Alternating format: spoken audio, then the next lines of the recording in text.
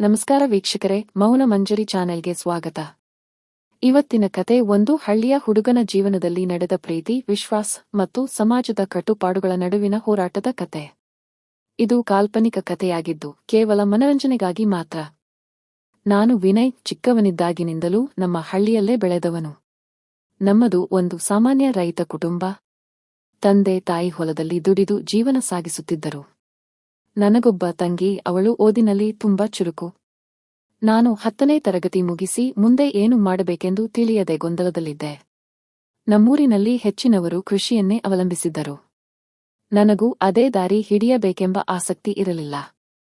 ಒಂದು ದಿನ ನನ್ನ ಗೆಳೆಯ ಸೋಮು ಸಿಕ್ಕನು. ಅವನು ಪಟ್ಟಣದಲ್ಲಿ ಮೆಕ್ಯಾನಿಕ್ ಕೆಲಸ ಕಲಿಯುತ್ತಿದ್ದ ಬಗ್ಗೆ ಹೇಳಿದ. ನನಗೂ ಆಸಕ್ತಿ ಮೂಡಿತು. ತಕ್ಷಣವೇ ಪಟ್ಟಣಕ್ಕೆ ಹೋಗಲು ನಿರ್ಧರಿಸಿದೆ. ನಾನು ಪಟ್ಟಣಕ್ಕೆ ಬಂದಾಗ ಎಲ್ಲವೂ ಹೊಸದಾಗಿತ್ತು. ದೊಡ್ಡ ದೊಡ್ಡ ಕಟ್ಟಡಗಳು, ವಾಹನಗಳ ದಟ್ಟಣೆ, ಜನಸಂದಣಿ ನೋಡಿ ಬೆರಗಾದೆ. ಸೋಮು ನನ್ನನ್ನು ಒಂದು ಗ್ಯಾರೇಜ್ಗೆ ಕರೆದುಕೊಂಡು ಹೋದ. ಗ್ಯಾರೇಜ್ ಮಾಲೀಕರು ವೆಂಕಟೇಶ್ವರಲು. ಅವರು ನೋಡಲು ಗಂಭೀರವಾಗಿದ್ದರು. ಆದರೆ ಮಾತನಾಡಲು ತುಂಬಾ ಒಳ್ಳೆಯ ವ್ಯಕ್ತಿ. ಅವರು ನನಗೆ ಕೆಲಸ ಕಲಿಸಲು ಒಪ್ಪಿಕೊಂಡರು. ಕೆಲಸಕ್ಕೆ ಸೇರಿದ ಹೊಸತರಲ್ಲಿ ತುಂಬಾ ಕಷ್ಟವಾಯಿತು. ಆದರೂ ಸೋಮು ಸಹಾಯದಿಂದ ನಿಧಾನವಾಗಿ ಎಲ್ಲವನ್ನೂ ಕಲಿತುಕೊಂಡೆ. ಪ್ರತಿದಿನ ಹೊಸ ಹೊಸ ವಿಷಯಗಳನ್ನು ಕಲಿಯುವುದು ನನಗೆ ಖುಷಿ ಕೊಡುತ್ತಿತ್ತು. ನಾನು ಕೆಲಸ ಮಾಡುತ್ತಿದ್ದ ಗ್ಯಾರೇಜ್ನ ಪಕ್ಕದಲ್ಲೇ ಒಂದು ಸಣ್ಣ ಟೀ ಅಂಗಡಿಯಿತ್ತು. ಅಲ್ಲಿ ಅಶ್ವಿನಿ ಎಂಬ ಹುಡುಗಿ ಕೆಲಸ ಮಾಡುತ್ತಿದ್ದಳು. ಅವಳು ನೋಡಲು ತುಂಬಾ ಸುಂದರವಾಗಿದ್ದಳು. ಅಶ್ವಿನಿ ಯಾವಾಗಲೂ ನಗುತ್ತಾ ಎಲ್ಲರೊಂದಿಗೆ ಮಾತನಾಡುತ್ತಿದ್ದಳು. ಅವಳ ನಗು ನನ್ನ ಮನಸ್ಸಿಗೆ ಮುದ ನೀಡುತ್ತಿತ್ತು. ದಿನ ಕಳೆದಂತೆ ಅವಳ ಮೇಲೆ ನನಗೆ ಪ್ರೀತಿ ಹುಟ್ಟಿತು. ಮೊದಮೊದಲು ನಾನು ಅವಳೊಂದಿಗೆ ಮಾತನಾಡಲು ಹಿಂಜರಿಯುತ್ತಿದ್ದೆ. ಆದರೆ ಸೋಮು ನನ್ನನ್ನು ಪ್ರೋತ್ಸಾಹಿಸಿದ. ಒಂದು ದಿನ ನಾನು ಅವಳ ಬಳಿ ಹೋಗಿ ನನ್ನ ಹೆಸರನ್ನು ಹೇಳಿದೆ. ಅವಳು ಕೂಡ ತನ್ನ ಹೆಸರನ್ನು ಹೇಳಿದಳು. ಹೀಗೆ ನಮ್ಮಿಬ್ಬರ ನಡುವೆ ಮಾತುಕತೆ ಪ್ರಾರಂಭವಾಯಿತು. ಪ್ರತಿದಿನ ನಾನು ಟೀ ಕುಡಿಯಲು ಹೋಗುತ್ತಿದ್ದೆ. ಅವಳೊಂದಿಗೆ ಸ್ವಲ್ಪ ಹೊತ್ತು ಮಾತನಾಡುತ್ತಿದ್ದೆ. ಅಶ್ವಿನಿ ಬಡ ಕುಟುಂಬದಿಂದ ಬಂದವಳಾಗಿದ್ದಳು. ಅವಳ ತಂದೆ ತಾಯಿ ಇಬ್ಬರೂ ಕೂಲಿ ಕೆಲಸ ಮಾಡುತ್ತಿದ್ದರು. ಅವಳು ತನ್ನ ಕುಟುಂಬಕ್ಕೆ ಆಧಾರವಾಗಿದ್ದಳು. ಅವಳ ಕಷ್ಟಗಳನ್ನು ಕೇಳಿ ನನಗೆ ತುಂಬಾ ದುಃಖವಾಯಿತು. ಅವಳಿಗೆ ಸಹಾಯ ಮಾಡಬೇಕೆಂದು ಅನಿಸಿತು. ಆದರೆ ನನ್ನ ಬಳಿ ಅಷ್ಟೊಂದು ಹಣವಿರಲಿಲ್ಲ. ನಾನು ವೆಂಕಟೇಶ್ವರಲು ಅವರ ಬಳಿ ನನ್ನ ಕಷ್ಟವನ್ನು ಹೇಳಿಕೊಂಡೆ. ಆಗ ಅವರು ಅಶ್ವಿನಿಗೆ ಸಹಾಯ ಮಾಡಲು ಮುಂದೆ ಬಂದರು. ಅವಳಿಗೆ ಒಂದು ಸಣ್ಣ ಕೆಲಸ ಕೊಡಿಸುವುದಾಗಿ ಹೇಳಿದರು.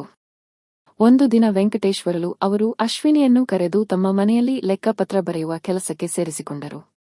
ಇದರಿಂದ ಅವಳಿಗೆ ಹೆಚ್ಚಿನ ಸಂಬಳ ಸಿಗುವಂತಾಯಿತು. ಅಶ್ವಿನಿ ತುಂಬಾ ಸಂತೋಷದಿಂದ ಕೆಲಸಕ್ಕೆ ಬರಲಾರಂಭಿಸಿದಳು. ಅವಳ ಮುಖದಲ್ಲಿ ಮೊದಲಿನ ನಗು ಮತ್ತೆ ಕಾಣಿಸಿತು. ಅವಳ ಸಂತೋಷವನ್ನು ನೋಡಿ ನನಗೂ ಖುಷಿಯಾಯಿತು. ಹೀಗೆ ಕೆಲವು ತಿಂಗಳುಗಳು ಕಳೆದು ಹೋದವು. ಅಶ್ವಿನಿ ಮತ್ತು ನಾನು ತುಂಬಾ ಹತ್ತಿರವಾಗಿದ್ದೆವು. ನಮ್ಮಿಬ್ಬರ ನಡುವೆ ಪ್ರೀತಿ ಬೆಳೆದಿತ್ತು. ಆದರೆ ನಾವು ಅದನ್ನು ಹೇಳಿಕೊಳ್ಳಲು ಹೆದರುತ್ತಿದ್ದೆವು. ಒಂದು ದಿನ ನಾನು ಅಶ್ವಿನಿಯ ಬಳಿ ನನ್ನ ಪ್ರೀತಿಯನ್ನು ವ್ಯಕ್ತಪಡಿಸಿದೆ. ಅವಳು ಕೂಡ ನನ್ನನ್ನು ಪ್ರೀತಿಸುತ್ತಿರುವುದಾಗಿ ಹೇಳಿದಳು. ಆ ದಿನ ನನ್ನ ಜೀವನದಲ್ಲಿ ಸಂತೋಷದ ದಿನವಾಗಿತ್ತು. ನಮ್ಮ ಪ್ರೀತಿಯ ವಿಷಯ ಮನೆಯಲ್ಲಿ ತಿಳಿದಾಗ ವಿರೋಧ ವ್ಯಕ್ತಪಡಿಸಿದರು. ಅಶ್ವಿನಿ ಬೇರೆ ಜಾತಿಗೆ ಸೇರಿದವಳು ಎಂಬ ಕಾರಣಕ್ಕೆ ನಮ್ಮ ಮನೆಯವರು ಒಪ್ಪಲಿಲ್ಲ. ಆದರೆ ನಾನು ಅಶ್ವಿನಿಯನ್ನು ಬಿಟ್ಟುಕೊಡಲು ಸಿದ್ಧನಿರಲಿಲ್ಲ. ಅವಳೇ ನನ್ನ ಜೀವನ ಎಂದು ನಿರ್ಧರಿಸಿದ್ದೆ. ಮನೆಯವರನ್ನು ಎದುರಿಸಿ ಅವಳನ್ನು ಮದುವೆಯಾಗಲು ನಿರ್ಧರಿಸಿದೆ. ನಾನು ಮತ್ತು ಅಶ್ವಿನಿ ಮನೆಯಿಂದ ಹೊರಬಂದು ದೇವಸ್ಥಾನದಲ್ಲಿ ಮದುವೆಯಾದೆವು. ನಮ್ಮಿಬ್ಬರ ಪ್ರೀತಿಗೆ ದೇವರ ಆಶೀರ್ವಾದವಿತ್ತು. ಹೊಸ ಜೀವನವನ್ನು ಪ್ರಾರಂಭಿಸಿದೆವು. ಮೊದಲಿಗೆ ನಮಗೆ ತುಂಬಾ ಕಷ್ಟವಾಯಿತು. ವಾಸಿಸಲು ಒಂದು ಸಣ್ಣ ಮನೆ ಕೂಡ ಇರಲಿಲ್ಲ. ಆದರೂ ನಾವು ಧೈರ್ಯಗೆಡದೆ ಜೊತೆಯಾಗಿ ದುಡಿದೆವು. ನಾನು ಗ್ಯಾರೇಜ್ನಲ್ಲಿ ಕೆಲಸ ಮಾಡುತ್ತಿದ್ದೆ. ಅಶ್ವಿನಿ ಕೂಡ ಮನೆ ಕೆಲಸಗಳನ್ನು ಮಾಡುತ್ತಾ ನನಗೆ ಸಹಾಯ ಮಾಡುತ್ತಿದ್ದಳು. ನಿಧಾನವಾಗಿ ನಮ್ಮ ಜೀವನ ಹಳಿಗೆ ಬರಲಾರಂಭಿಸಿತು. ಕೆಲವು ವರ್ಷಗಳ ನಂತರ ನಮಗೆ ಒಂದು ಮಗು ಹುಟ್ಟಿತು. ಮಗುವಿನ ಆಗಮನದಿಂದ ನಮ್ಮ ಜೀವನ ಮತ್ತಷ್ಟು ಸಂತೋಷಮಯವಾಯಿತು. ನಮ್ಮ ಕುಟುಂಬ ಸಂಪೂರ್ಣವಾಯಿತು. ನಮ್ಮ ಮನೆಯವರೂ ಕೂಡ ನಮ್ಮನ್ನು ಒಪ್ಪಿಕೊಂಡರು. ಅಶ್ವಿನಿಯನ್ನು ಸೊಸೆಯೆಂದು ಸ್ವೀಕರಿಸಿದರು. ನಮ್ಮ ಪ್ರೀತಿ ಗೆದ್ದಿತು.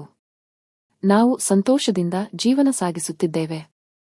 ನಮ್ಮ ಮಗು ದೊಡ್ಡವನಾದ ಮೇಲೆ ಅವನಿಗೆ ಒಳ್ಳೆಯ ಶಿಕ್ಷಣ ಕೊಡಿಸಬೇಕೆಂದು ನಿರ್ಧರಿಸಿದೆವು.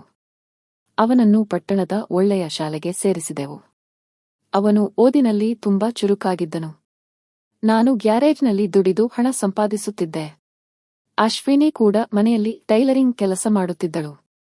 ಇಬ್ಬರು ಸೇರಿ ಮಗನ ಭವಿಷ್ಯಕ್ಕಾಗಿ ಹಣ ಕೂಡಿಡುತ್ತಿದ್ದೆವು. ನಮ್ಮ ಮಗ ದೊಡ್ಡವನಾಗಿ ಒಳ್ಳೆಯ ಉದ್ಯೋಗವನ್ನು ಪಡೆದನು.